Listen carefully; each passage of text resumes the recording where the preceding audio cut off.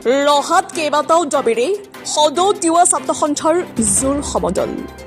সদৌ তিৱা ছাত্ৰ সন্থাৰ উদ্যোগত শনিবাৰে সন্ধিয়া 6 বজাত তিৱা স্বায়ত্ত পৰিষদত ভাৰতীয় সংবিধানৰ 6ষ্ঠ অনুসূচীত অন্তৰ্ভুক্ত কৰা তিৱা ভাষা শিক্ষক নিযুক্তি প্ৰদান কৰা, ট্ৰাইবেল বেল্ট ব্লকত অবৈধ বেদখল মুক্ত কৰা, কাৰ্বি আংলংগত বসবাস কৰা তিৱাসকলৰ আঞ্চলিক পৰিষদ গঠন কৰা, জাগিৰোড টাউনশ্বিপ গঠন কৰি তিৱাসকলৰ ভূমি অধিকাৰ খৰ্ব কৰা, ষড়যন্ত্ৰ বন্ধ কৰা, টাটা ছেমি কণ্ডাক্টৰত স্থানীয় যুৱক যুৱতীক নিযুক্তি প্ৰদান কৰা, মেঘালয়ত বসবাস কৰা তিৱাসকলক জনজাতি মৰ্যাদা প্ৰদান কৰা দাবীৰে ৰহা তিৱা ছাত্ৰ সন্থাৰ কাৰ্যালয়ৰ পৰা জোৰ সমদল বাহিৰ কৰি সমগ্ৰ ক্ষেত্ৰ শ্লোগানেৰে মুখৰিত কৰি তোলে।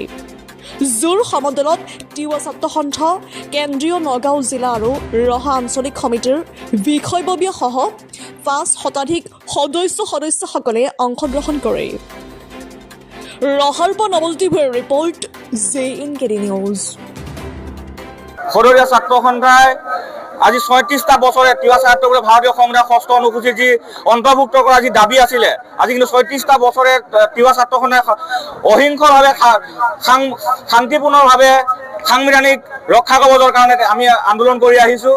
আজিলৈকে কিন্তু অসম চৰকাৰে কেন্দ্ৰীয় চৰকাৰলৈ এই যি 6ষ্ঠ অনুসূচী যি দাবী, এই 6ষ্ঠ অনুসূচী দাবী তেখেতসকলে প্ৰেৰণ কৰা নাই।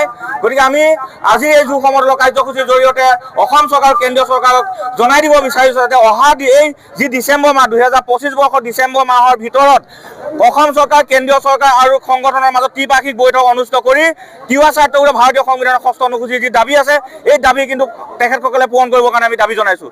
তাৰ লগে লগে আছে তিৱা ভাষা শিক্ষক নিযুক্তি প্ৰদান কৰা, টাটা ছেমি কণ্ডাক্টৰত স্থানীয় জনজাতি যুৱক যুৱতীসকলক প্ৰথম পৰ্যায়ত নিযুক্তি প্ৰদান কৰা,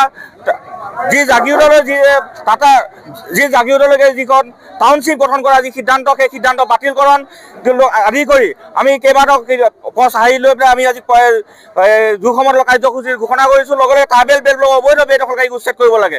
গতিকে মূল কথাটোৱে হৈছে এই ডিচেম্বৰ মাহৰ ভিতৰত অসম চৰকাৰে, কেন্দ্ৰীয় চৰকাৰে ত্ৰিপাক্ষিক বৈঠক অনুষ্ঠিত কৰি তিৱা সাহিত্য পৰিষদক সাংবিধানিক মৰ্যাদা 6ষ্ঠ অনুসূচী অন্তৰ্ভুক্ত কৰাৰ কাৰণে সিদ্ধান্ত গ্ৰহণ কৰক।